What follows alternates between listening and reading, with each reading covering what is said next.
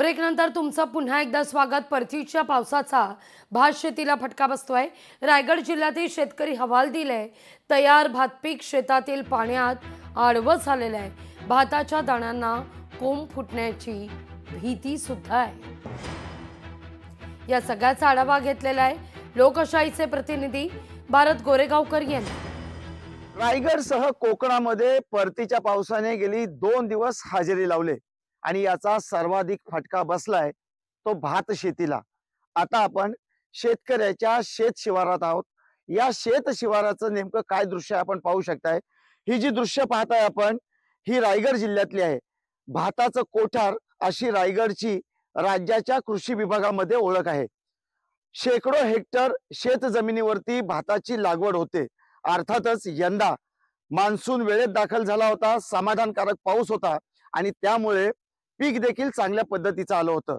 साधारणतः दिवाळीमध्ये शेतामधलं हे भात कापणीला सुरुवात होते, झोडणीला सुरुवात होते आणि बळीराजाच्या म्हणजे शेतकऱ्याच्या हाताला दिवाळीपर्यंत भाताचं पीक देखील हाताशी लागतं।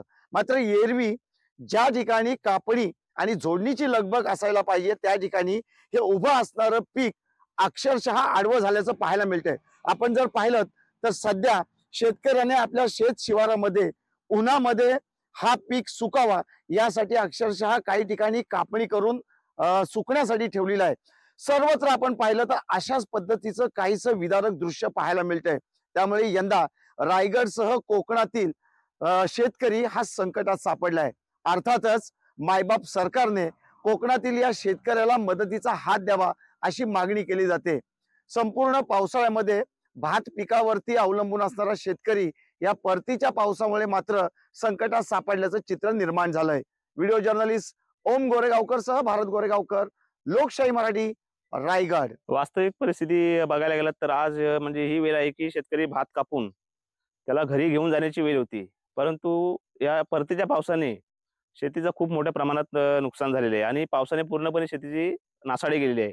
तर सरकारला माझी एवढीच विनंती असेल की जे गोरगरीब शेतकरी आहेत ते खरोखर अगदी मेहनतीने कष्ट करून शेतीत धान्य पिकवतात, त्यांना योग्य वेळी न्याय देऊन त्यांच्या शेतीची तपासणी करून त्यांना पुरेसा निधी प्राप्त करून द्यावा, एवढीच माझी सरकारला विनंती असेल।